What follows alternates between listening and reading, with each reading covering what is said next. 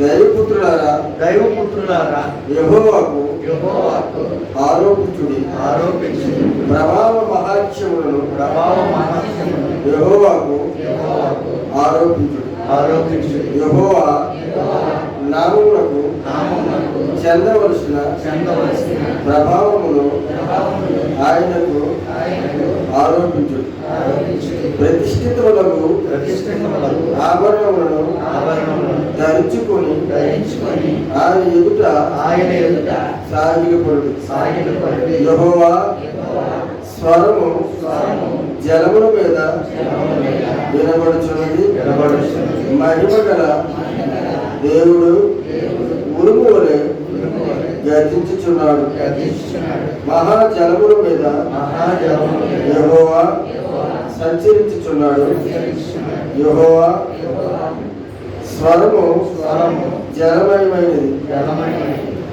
యెహోవా స్వరము ప్రభావము గలది.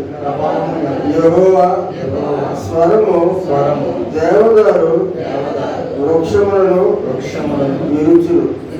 యెహోవా లెబోనోను దేవదారు వృక్షములను మొక్కలుగా విరుచును.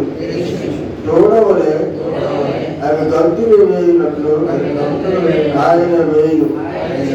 లెబోనోను సిర్యోమును దుర్పోతు పిల్లవలే గంతులు వేయినట్లు ఆయన చేయును.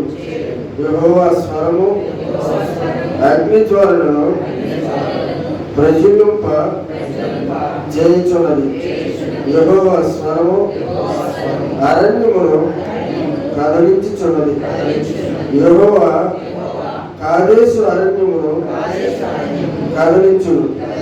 యెహోవా స్వరము లేళ్లను ఈనచేయు. అది ఆకులు రాల్చును. ఆయన ఆలయములో ఉన్నవన్నీ ఆయనే. ప్రభావము అడుచున్నవి. యెహోవా ప్రళయ జలముల మీద ఆసీనుడాయను. యెహోవా నిత్యము రాజుగా ఆసీనుడై ఉన్నాడు. యెహోవా తన ప్రజలకు బలము అనుగ్రహించును. యెహోవా తన ప్రజలకు సమాధానము కలుగు చేసి వారిని ఆశీర్వదించును. దేవుడి మాటలు దీవించుకుంటాక కొన్ని నిమిషాలు ఆరాధించండి. అంతే కదా, కొన్ని నిమిషాలు.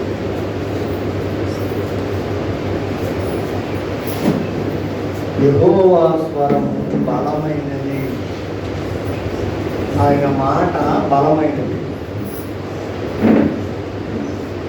యెహోవా నీ నామము ఎంతో బలమైనది.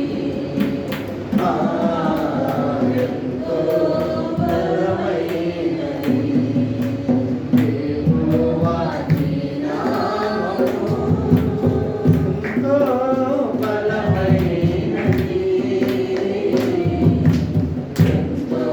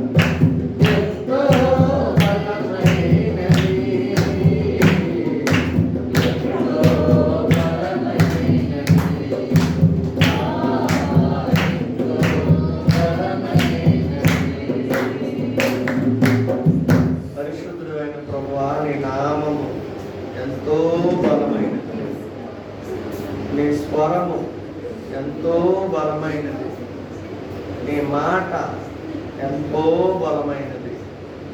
యెహోవా నా బలమా, నీకు వందనాలు. ఈ రాత్రి కూడా నీ సన్నిధిలో నిన్ను ఆరాధించడానికి వరకు పాటలతో, ప్రార్థనలతో, ఆరాధనలతో నేను కనపరచడానికి ఇచ్చిన భాగ్యం కొరకు వందనాలు. ఈ సమయంలో 23వ కీర్తనలో నుండి ఈ స్వరమును గురించి కొన్ని మాటలు నేర్చుకోవడానికి సహాయం చేయి. శరీరాలు బలహీనం కానీ ఆత్మలు సిద్ధమే.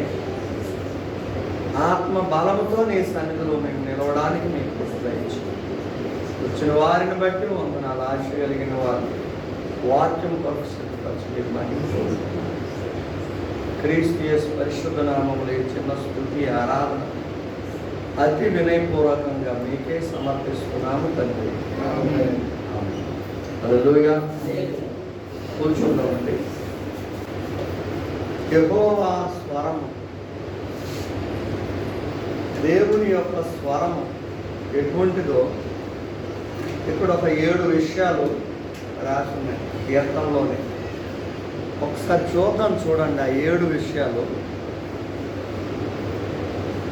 మొదటి విషయము 29వ కీర్తనలో నుండి 3వ చరణం. యెహోవా స్వరము అదండి జనములు మీద వినబడుచున్నది. నేను కూడా జలముల మీద వినబడుచున్నది. మీకు జనములు అన్నట్టు వినబడుతున్నా. యెహోవా స్వరం ఎక్కడ వినబడుతుందట? ఆదికాండం 1వ అధ్యాయం దగ్గరికి ఒకసారి పదండి. మొదటి నుండి చదవండి. ఆదియందు దేవుడు భూమి ఆకాశములను సృజించెను. భూమి నిరాకారముగాను శూన్యముగాను ఉండెను. చీకటి అగాధ జలముల పైన కమ్మి ఉండెను. దేవుని ఆత్మ జలముల పైన అల్లాడుచుండెను. అదే మన భారతదేశ సంస్కృత భాషలో నారాయణుడు అన్నారు. నార అంటే నీరు అని అర్థం. ఆయనుడు అంటే నీటిని ఉనికి పట్టుగా చేసుకున్నవాడు, నీటి మీద సంచరించువాడు, నీటి మీద కవలించువాడు అని అర్థం. అది జలముల మీద అల్లాడుతుండే దేవుని ఆత్మ, దేవుని స్వరము, దేవుని మాట. కనుక ఇక్కడ భక్తుడు అంటాడు, ఒకటి యెహోవా స్వరము జలముల మీద వినబడుతున్నది. రెండవదిగా ఏమన్నాడో చూడండి. 4వ చరణంలో యెహోవా స్వరము ఎటువంటిదంటే బలం. స్వరమే బలమైనది అంటే ఆ వ్యక్తి ఇంకెంత బలమైనోడండి. అందుకే 18వ కీర్తన మొదటి చరణంలో యెహోవా నా బలమా అన్నాడు. యెహోవా నా బలము, నా దేవుడే నా బలము, నా దేవుని స్వరము బలమైనది. మరి మనము కూడా ఎలా ఉండాలంట? బలముగా, మన స్వరము బలమైనదిగా ఉండాలి. లాజరు బయటికి రా అన్నాడు. అది ఎంత బలమైనదంటే మరణము కంటే బలమైనది. అందుకే మరణించిన లాజరు ఆ మరణానికి కూడా వినబడిపోయిందటండి ఆయన స్వరము. యోహాను స్వరం 11వ అధ్యాయంలో మరణానికి వినబడిందంట. అసలు ప్రపంచ చరిత్రలో అన్నిటికంటే బలమైనది ఏంటంటే మరణమే. దాన్ని ఓడించిన వాళ్ళు ఎవరు? దేన్నైనా గెలిచేస్తున్నారు, ఓడించేస్తున్నారు. మరణాన్ని ఇంకెవరు ఓడిస్తున్నారు? అంటే ప్రపంచంలో ప్రతి ఒక్కరు భయపడే దేనికి? మరణానికే. ఇంకా దేనికి భయపడ్డు? మరణం అంటేనే భయపడతాడు. డాక్టర్ గారు నా ఇల్లు అమ్మేసైనా నన్ను బాగు చేయండి, పొలాలు అమ్మేసైనా నన్ను, నేను బతకాల, వాడు బతకాలి, ఎంతైనా పర్వాలేదు అంటే మరణం ఎంత బలమైందో చూడండి. కనుక యేసయ్య స్వరము, దేవుని స్వరం ఎంత బలమైందంటే మరణమును కూడా పిలిచినప్పుడు మరణమును కూడా భయపడిపోయి జీవముగా మారి లాజరు బయటకు వచ్చేసాడండి. కనుక రెండవదిగా యెహోవా స్వరం ఎలాంటిది? బలమైనది. ఆయన స్వరము మృతులను సహితము సజీవులుగా చేయగలిగింది. ఎఫెసీ 2వ అధ్యాయంలో మీ పాపముల చేతనో అపరాధముల చేతనో మీరు చచ్చిన వారై ఉండగా ఆయన స్వరము, ఆయన వాక్యము, యేసుక్రీస్తు మనల్ని ఏం చేశాడంటే మీరు చచ్చిన వారై ఉండగా ఆయన క్రీస్తుతో కూడా మిమ్మను బ్రతికించేశాడు. ఆయన స్వరం అంత బలమైంది. మనందరం చచ్చిన వాళ్ళమే. చచ్చిన వాళ్ళకి ఆయన స్వరం వినబడింది కనుక ఇప్పుడు బతుకుతున్నాం, క్రీస్తులో బ్రతుకుతున్నాం. ఇప్పుడు లోకంలో చచ్చాం, లోక స్వరం మనకి వినబడదు. ఎందుకంటే లోకంలో చచ్చిపోయాం, క్రీస్తు స్వరం మాత్రమే వినబడుతుంది. అందుకే యోహాను సువార్త 10వ అధ్యాయంలో నా గొర్రెలు నా స్వరం వినును, నా గొర్రెలకు నా స్వరం వినబడుతుంది, మిగతా వాటికి వినబడదు. మిగతా గొర్రెలు గోళ్ళు ఉన్నాయి కానీ వాటికి నా స్వరం వినబడుతుంది, నా గొర్రెలకే. రెండవదిగా యెహోవా స్వరము బలమైనది. మూడవదిగా యెహోవా స్వరము ప్రభావము గలది. ఎంత ప్రభావం అండి ఆయన స్వరము! ఆయన మాట వెళ్ళినప్పుడు, ఆయన మాట వెళ్ళి ఏం చేసిందట? స్వస్థపరిచిందట. శతాధిపతి అంటాడు మత్తయి సువార్త 8వ అధ్యాయం,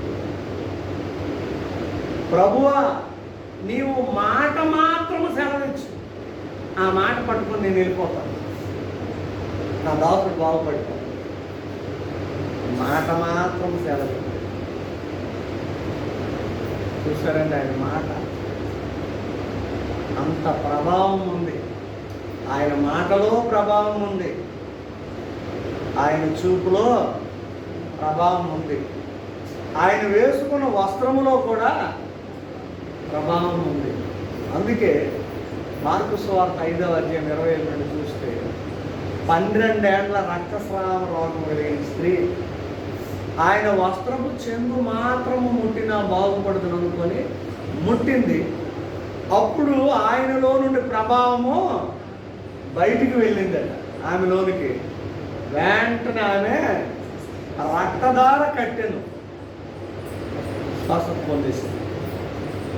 అంత ప్రభావమైనదండి ఆయన స్వరము, ఆయన మాట, ఆయన వస్త్రం, ఆయన చూపు. నాలుగవదిగా ఆయన స్వరం ఎటువంటిదండి? దేవదారు వృక్షములను విరుచును. దేవదారు వృక్షములు అంటే చాలా బలమైనది. ఆయన మాట వృక్షములను సహితం విడిచేస్తారు, రాళ్లను సహితం ముక్కలుగా చేసేస్తారు, బండలను సహితం విరగొట్టేస్తుందట, బద్దలు చేస్తుందట. అందుకే ఇర్మియా భక్తుడు నా మాట బండను బద్దలు చేయి సుత్తి వంటిది కాదా, నా మాట అగ్ని వంటిది కాదా అన్నాడు. ఆయన మాట బండలను కూడా బద్దలు చేసేస్తుందండి. ఆయన మాట మన గుండెలను కూడా బద్దలు చేసేస్తుంది, హృదయాలను బద్దలు చేసేస్తుంది. అందుకే ఆయన మాటలు వింటుండగా అనేక హృదయాలు బద్దలైపోయి కరిగిపోయి ప్రభువులో కలిసిపోతారు, మారు మనసు పొందేస్తారు. ఆయన మాటలో అంత శక్తి ఉన్నది. పేతురు గారు ప్రసంగం చేస్తుంటే అపోస్తుల కార్యములు 2వ అధ్యాయంలో ప్రసంగం చేస్తుంటే ఆ మాటలు వెళ్ళి వాళ్ళ గుండెలను గుచ్చుతున్నాయట, గుండెలు పగిలిపోతున్నాయట. వాళ్ళు ఏమంటున్నారు తెలుసండి? 2వ అధ్యాయం 37 నుండి చదవండి. ఏముంటుంది? వారు ఈ మాట విని, అంటే పేతురు గారు చెప్పిన ప్రసంగం, దేవుని వాక్యం విని హృదయంలో నొప్పులు వచ్చేస్తున్నాయట హృదయంలో. ఎందుకంటే ఈ మాట వెళ్ళి వాళ్ళని గుచ్చుతుంది, ఈ మాట వెళ్ళి వాళ్ళని కొడుతుంది, వారు హృదయంలో గుచ్చుకుంటుందట.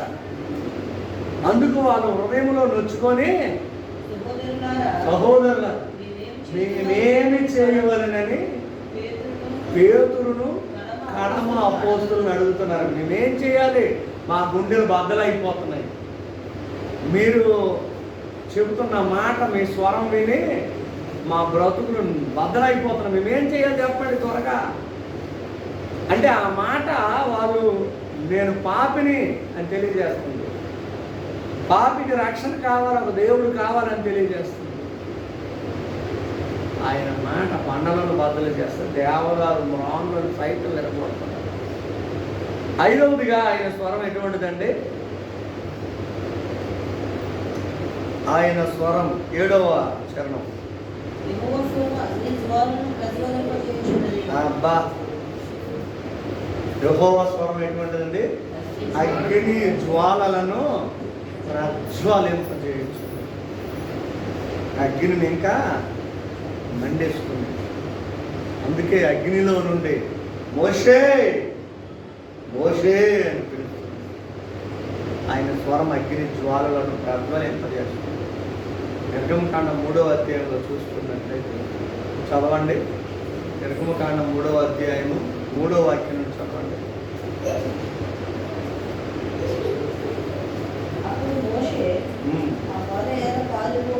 ఆ పొద ఏల కాలిపోలేదు, నేను ఆ తట్టు వెళ్ళి ఈ గొప్ప వింత చూచేదని అనుకోండి. దానిని చూచుటకు ఆ తట్టు వచ్చుట యెహోవా చూశాడు.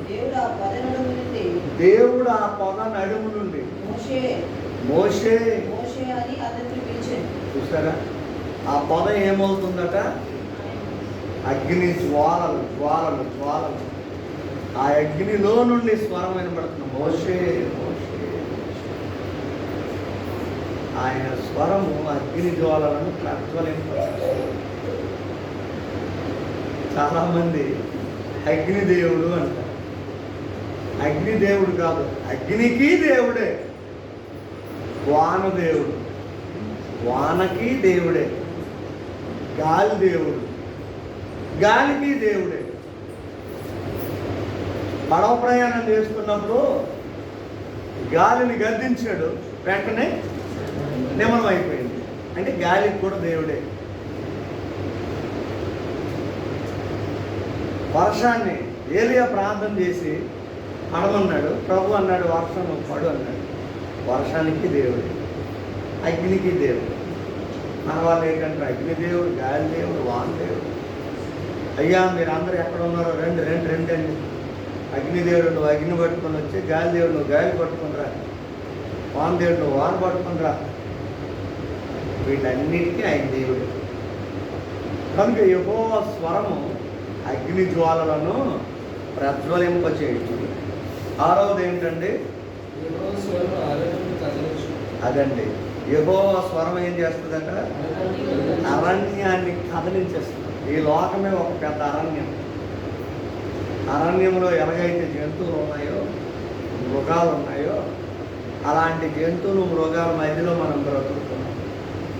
ఆనాడు ఇశ్రాయేలీయుల్ని 40 సంవత్సరాల అరణ్యంలోనే నడిపించాడు. మన జీవిత యాత్ర కూడా ఈ లోకమైన అరణ్యంలో నడుస్తున్నాం. మధ్య మధ్యలో దాహం, మధ్య మధ్యలో ఆకలి, మధ్య మధ్యలో ఎర్ర సముద్రం ఒడ్డు, మధ్య మధ్యలో శత్రువులు, ఇవన్నీ కామన్. అలాగే ఈ జీవిత యాత్రలో, ఈ జీవన యాత్రలో మధ్య మధ్యలో ఎన్నో అడ్డులు, ఎన్నో ఆటంకాలు, ఎన్నో సుడిగుండాలు, ఎన్నో ఎదురు దెబ్బలు, ఎన్నోసార్లు వెనక నుండి వెనుపోటు పొడిసేవాళ్ళు. ఇన్ని భరిస్తూ మనం ఈ లోకమనే అరణ్యం దాడుతున్నాం. మన దేవుని స్వరం ఏం చేస్తుందంటే అరణ్యమును ఏం చేస్తుందండి? యెహోవా స్వరము కదిలించేస్తుంది. ఈ లోకారణ్యంలో నీవు ఉన్నావు. ఇశ్రాయేలుని అరణ్యంలో నుండి దాటించినట్టు నిన్ను కూడా ఈ అరణ్యంలో నుండి కదిలించి ఆవలికి చేరుస్తున్నాడు, పరలోకానికి తీసుకున్నాడు. ఇంకా 7వదిగా ఆయన స్వరం ఎటువంటిదండి? అదండి లేర్లు. లేర్లు అంటే మీకు తెలుసా? లేడి లేళ్లను ఏనదేయను. ఆయన స్వరము వినపడితే లేళ్ళు ఏంటంటే అవి గొంతులు వేసి పరిగెడతాయి. అంటే ఇది ఒక నూతన జన్మ అనుభవం. అందుకే ఒక్కసారి మలాకీ గ్రంథం చూసినట్లయితే అక్కడ ఒక మాట ఉంటుంది. మలాకీ గ్రంథం అసలు చూడండి.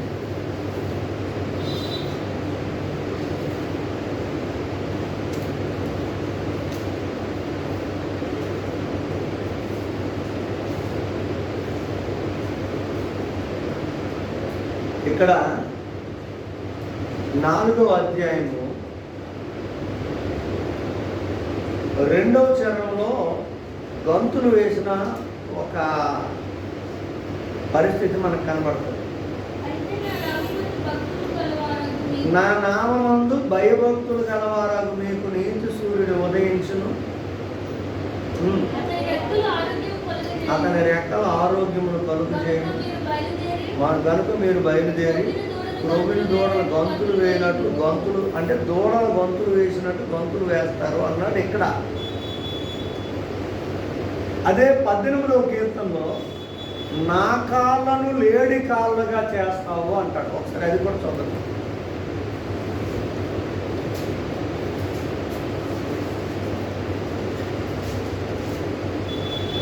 తీసారండి.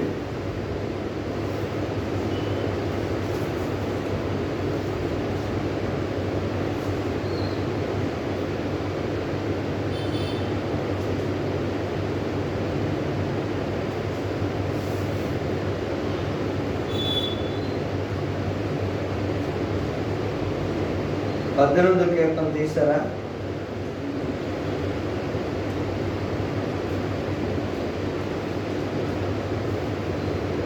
చదవండి ఆ మాట.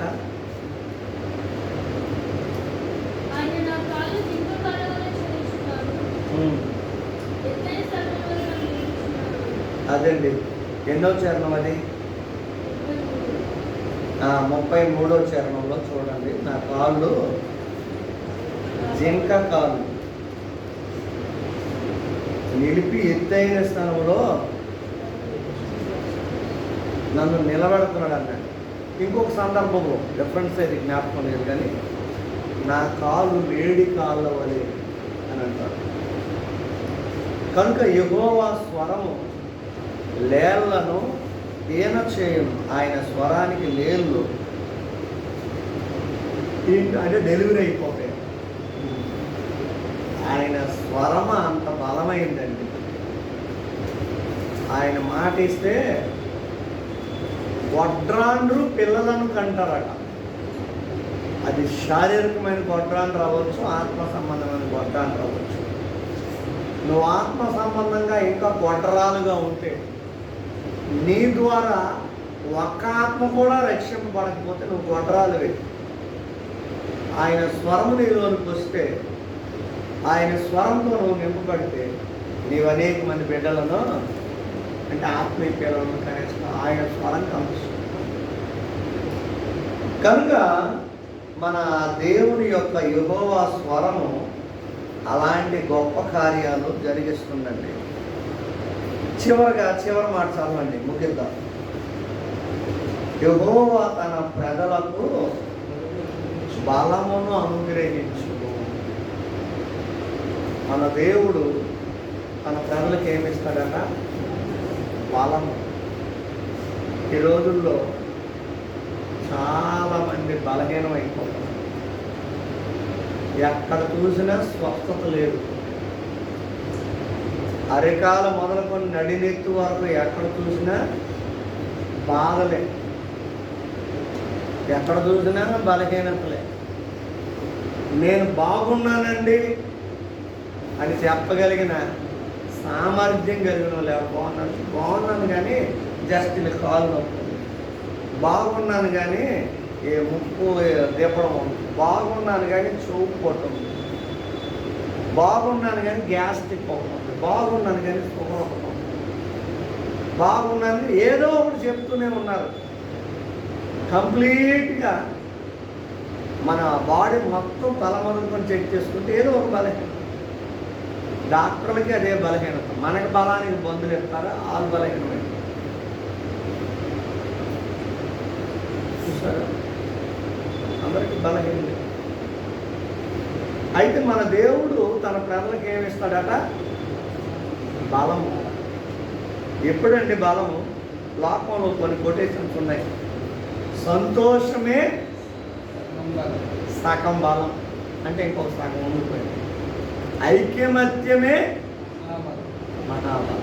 చూసారా, సంతోషంగా ఉంటే సగం బలం అట, ఐక్యమత్యంగా ఉంటే మహాబలం అట.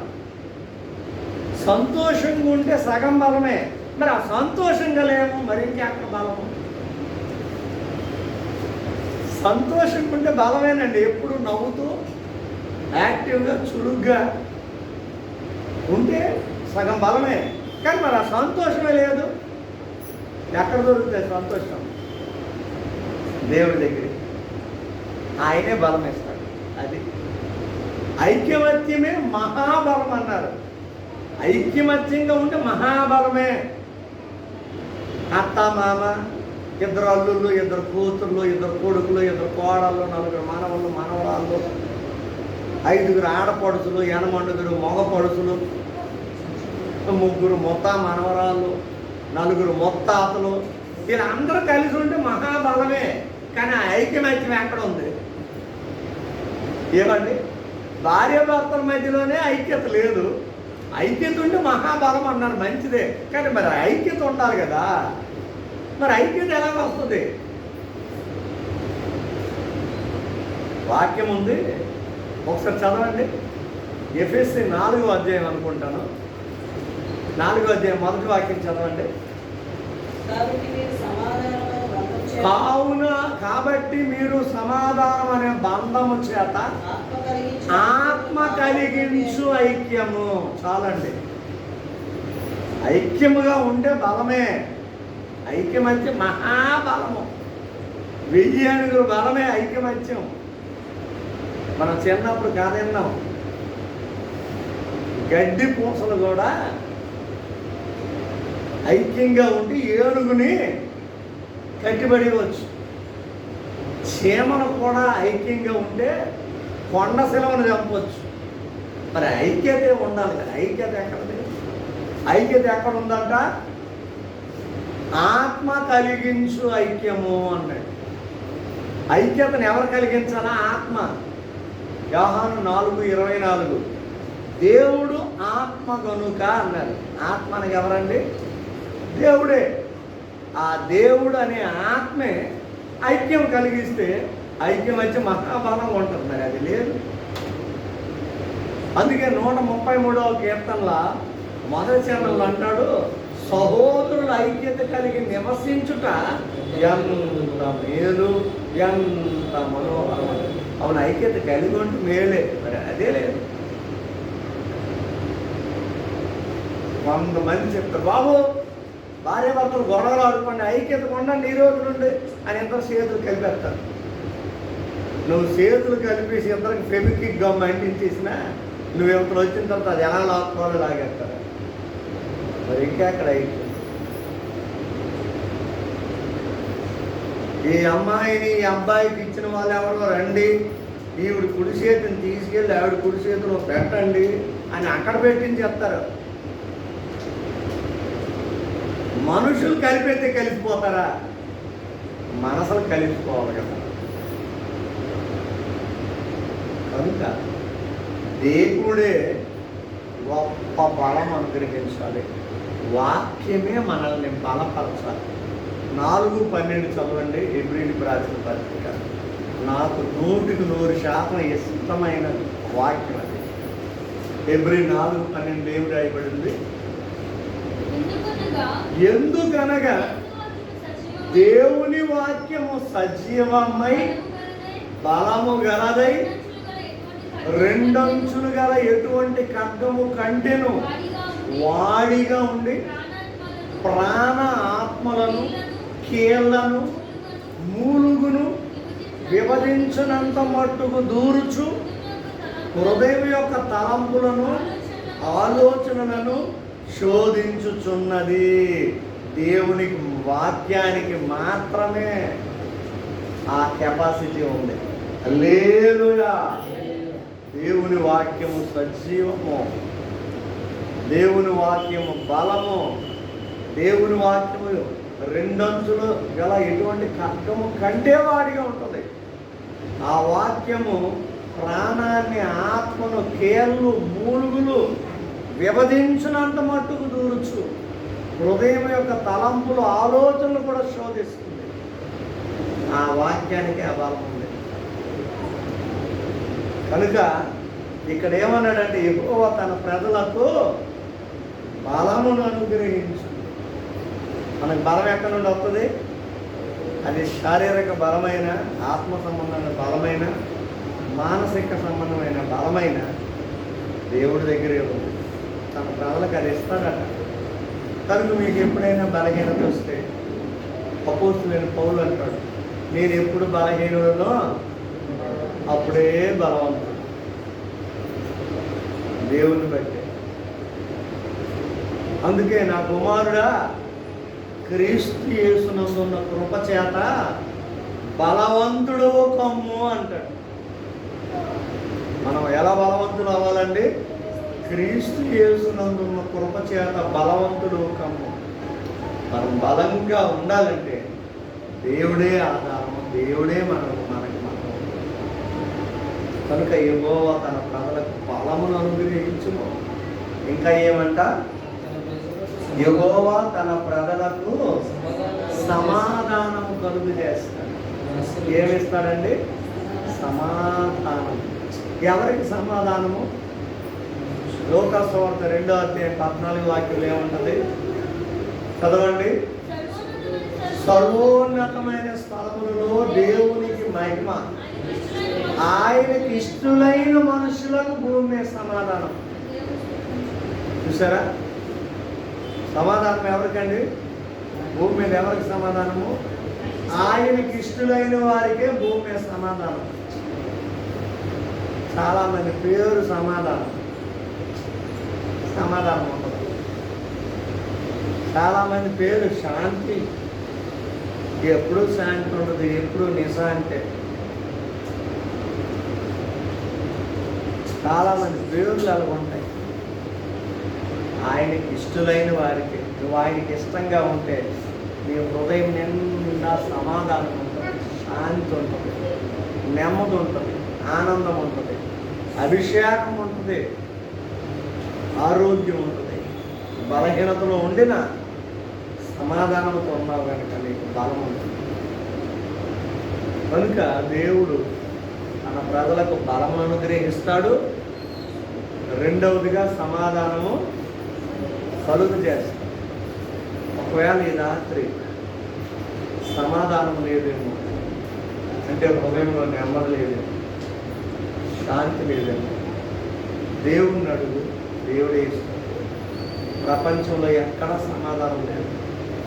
ఏ ఇంట్లో సమాధానం లేదు, ఏ ఊరిలో సమాధానం లేదు, ఏ ఉద్యోగంలో సమాధానం లేదు, ఏ చదువుల్లో కూడా సమాధానం, ఏ సంఘంలో కూడా సమాధానం లేదు, ఏ మనిషిలో కూడా సమాధానం లేదు.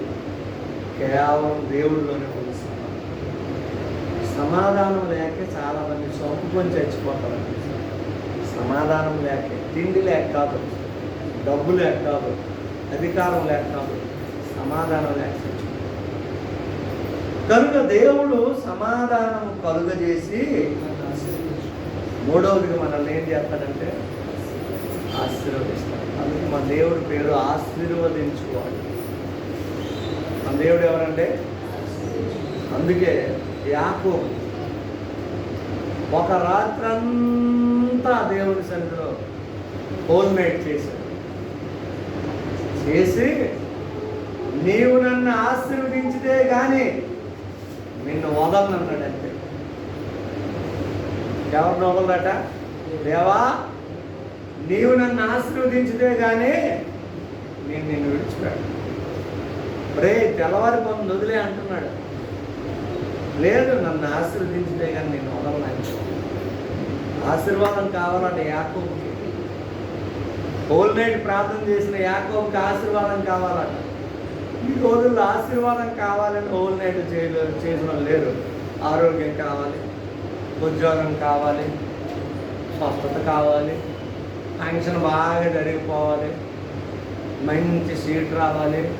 ఈ రాత్రి హోల్ నైట్ నేను గడపడం వలన తెల్లవారిని ఇంటికి వెళ్ళేసరికి మా పంటలు పండిపోవాలి. వీటి కొరకే ప్రార్థనలు తప్ప ఆశీర్వాదం కావాలని కోరుకునేవారు లేరండి. కనుక మన దేవుడు ఏం చేస్తాడంటే మనం ఆశీర్వదించేవాడు. ఆశీర్వాదం అడగండి. ఆ ఆశీర్వాదములోనే అన్ని మేలులు ఉన్నాయి, అన్ని దీవెనలు ఉన్నాయి, అన్ని స్వస్థతలు ఉన్నాయి, ఆరోగ్యాలు అన్నీ ఆశీర్వాదం. కనుక ప్రభువా నీ ఆశీర్వాదం నాకు ఇవ్వండి. అందుకే యేసు ప్రభు వారు ఉన్న దినాల్లో చిన్నపిల్లలను ఎత్తుకొని వచ్చేవారు యేసు ప్రభు దగ్గర. మా పిల్లలను ముట్టండి ప్రభువా, మా పిల్లల్ని ఎత్తుకోండి ప్రభువా, మా పిల్లలు నేను చేతులు వేయండి. ఎందుకంటే మీరు ముట్టుకుంటే, మీరు ఎత్తుకుంటే, మీరు చేతులు ఎత్తే మా పిల్లలకు ఆశీర్వాదం అయినా. అలాగే వీళ్ళకి దీర్ఘ ఆయుష్ ఉంటుంది, ఎక్కువ కాలం బతుకుతారు. అలాగైతే వీళ్ళకి సాతాను శక్తులు ఏం తగలవు. అలాగైతే వీళ్ళకి మంచి జ్ఞానం వస్తుంది. అందుకే చర్చిల్లో కూడా చూడాలి, చిన్నపిల్లలు పట్టుకొచ్చి పాస్ గారు చేతికిచ్చేస్తారు. ఎందుకంటే వాళ్ళకి ఆశీర్వాదం కావాలి. యేసు ప్రభువులో 12 మంది శిష్యులు విసిగిపోతుందట. ఎక్కడమ్మా వరలేదు, ఈ పిల్లల్ని తీసుకొస్తావేంటి, గొడవ అల్లరి అభిషేకం ఉన్నాడంటే అన్ని పాడు చేసేస్తాడు, ఈ ధైర్యం ఉన్నదంటే అటు చెప్పేసి అని మనం ఎలాగై చిరాకు అయిపోతాము, శిష్యులు కూడా చిరాకు అయిపోతుందట. ఆ చిన్నపిల్లలను తీసుకొచ్చిన తల్లిదండ్రుల మీద చిరాకు అయిపోతున్నారు.